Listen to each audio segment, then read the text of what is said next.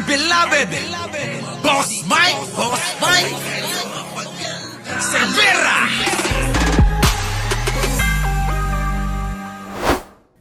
Nakikita nyo ba yung mukha na yan? Yan o, titigan nyo. Tangina, yung ganyang mukha ang tumatawag ng adik kay Pangulong Bongbong. Hoy, ito example ng mga DDS Example lang, bago tayo magtuloy-tuloy. Gusto ko lang unahin ito bago ko makalimutan. Ito hong itsurang ito, mga kababayan, ang tumatawag na adik daw si Pangulong Bongbong. Tignan nyo naman ang mukha niyan, mga kababayan. Walang yung pa nga, mga kababayan, tignan nyo, hindi na tumutugma. Di ba? Yung pa nga, mga kababayan, hindi na tumutugma. Yung itsura, mga kababayan, pagod na pagod na.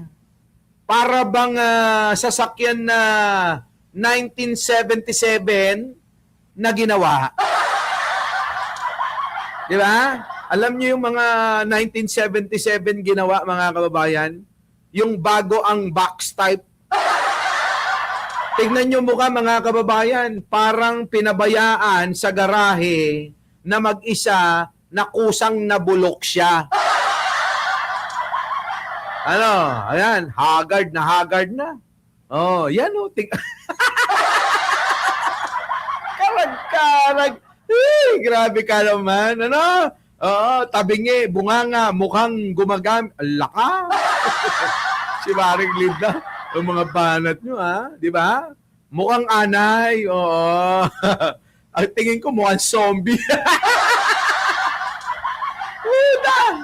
Ito rin yung nagsabi, mga kababayan, na hindi daw siya uuwi. Sabi niya, walang uuwi hanggat daw hindi bumababa sa posisyon sa pagiging presidente si Pangulong Bongbong Marcos. Yan, mga kababayan. Ito na ho yung grabe naman kayo maghalimbawa. Parang sinasabi nyo yan na yung mga pinapasabog na kotse sa pelikula.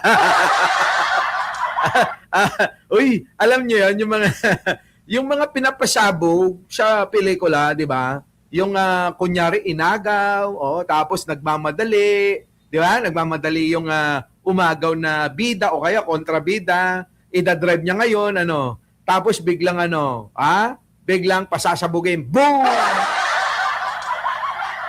Puta, kahit na magbalo-baluktot na, kahit mag-total wreck na, wala nang problema yan, Grabe talaga, Kung sino pa ang ganyang mga itsura, sila pa yung mga mapipintas ba? 'Di ba? Yung ganyang mukha, yung pa yung namimintas, mga kababayan. Tayo nga hindi nga tayo namimintas. 'Di ba? Sila lang ang namimintas tayo sumasagot lang. Tingnan niyo naman yung mukha na 'yan. Mukha ba ng pagka ganyang mukha, talagang patapon 'yan. Di ba, Kapag kaganyang muka, patapon na yan, wala na. Para bang wala na silbi. Wala nang pag-asa sa buhay. Kaya, saang mang rally, makikita nyo, okay lang, magngawa-ngawa yan. Di ba, Sabi rito ni Joey Beroya, apple the apog of black eye. Yan. Di naman! Mas gwapo si Apple dyan. Grabe kayo. Mga basher talaga kayo. Yan, mga kababayan. Wait lang, inom lang ang tubig.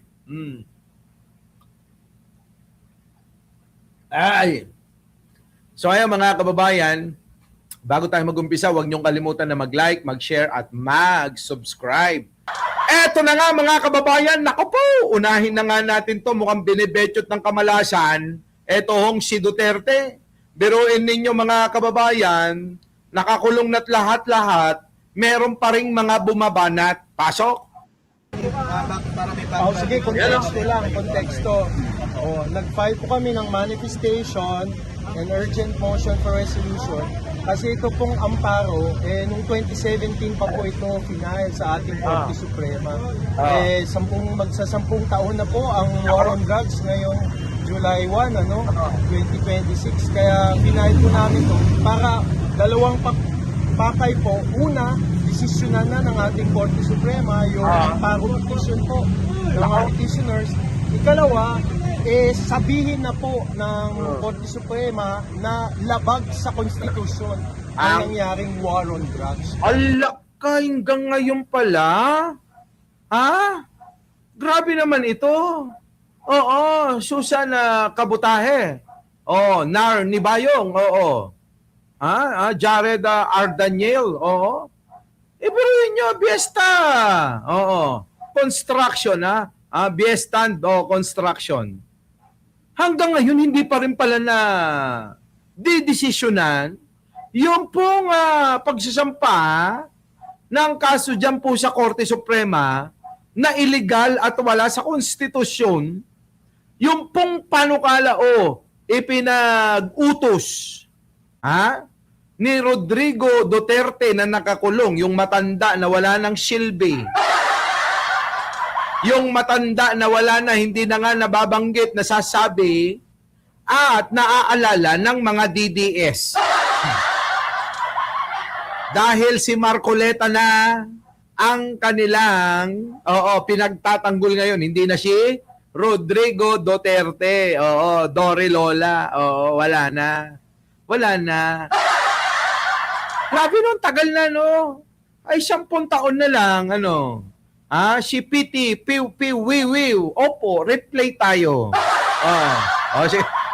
Sige, tuloy. Bakit po mahalaga na ma-declare na unconstitutional yung war on drugs? Kasi hindi po talaga hindi po winidraw yung CMC 2016-2016 inamyendahan lang ng CMC 1-2017 kaya pwede pa po ito gamitin ng mga kapulisan natin para po sa kanilang operasyon. Kaya alak ka, pwede pa raw gamitin. Pero hindi naman pinapatupad kasi ni Pangulong Bongbong. Di ba Bet de Jesus. Naku, mga kababayan, Benji Bernardo. Replay tayo, Benji Bernardo. Pagtsagaan mo na! Grabe, Jing Martin, pero mo 10 years na? 10 taon? Yung pong pamamaraan, yung dineklara ni Digong na war on drugs, pwede pa palang gamitin ng mga pulis laban sa mga animal din. Diba? Mga animal versus animal. Diba, Beck Gatos? Eto na. Arnel Blancaflor. Sino pa ba? Marcita Austria. Sige, tuloy. Grabe to. Talagang ideklarang labag sa batas, sa saligang batas, ang war on drugs para hindi na po ito maulit. Yung desisyon ng SC dito, sir, pwedeng gamitin sa ICC sa kaso niya? Well, iba naman po talaga yung ICC, Iba yung ICC, iba po ang Korte Suprema.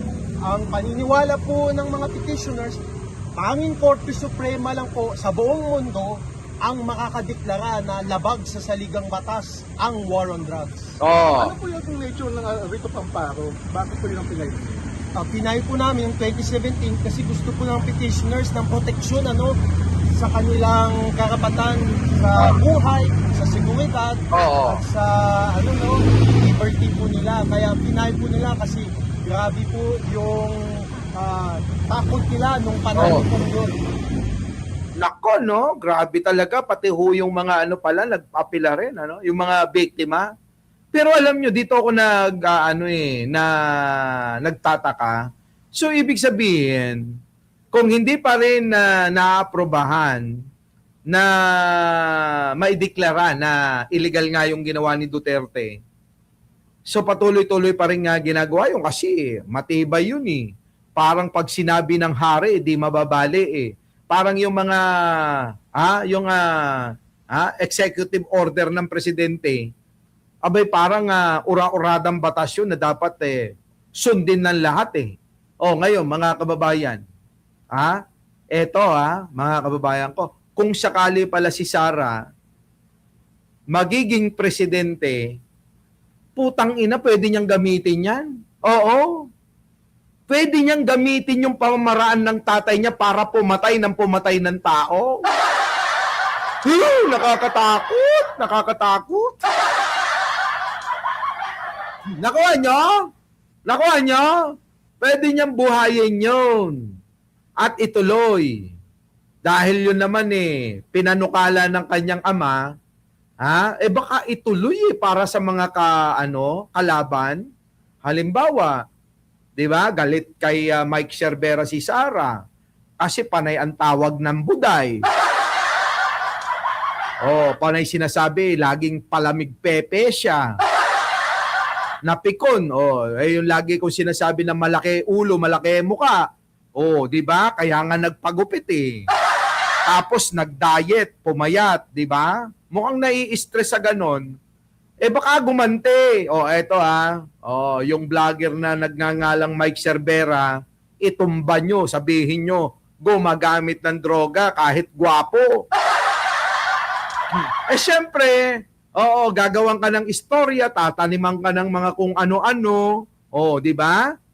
Pag tinaniman ka, tapos ka na. Sasabihin ngayon ninyo, ay, adik pala si Mike Cervera. Grabe. Oo, nakakatakot yan. Dapat yan talaga itigil. Dapat yan, hoy, Korte Suprema, desisyonan nyo na nga. Aminado naman ako, Alicia Duran. Grabe, no? Antindi talaga ng kamandag ni Digong. Biruin ninyo. Aba, buhay pa pala yan. Hayop na yan. Ayan na natin, Our beloved Boss Mike, Boss Mike.